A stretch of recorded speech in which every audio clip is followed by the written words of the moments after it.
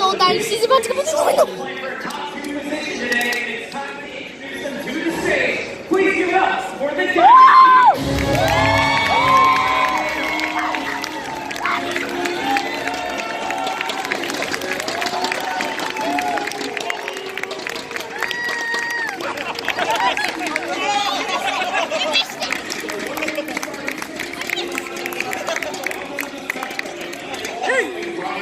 Neyse.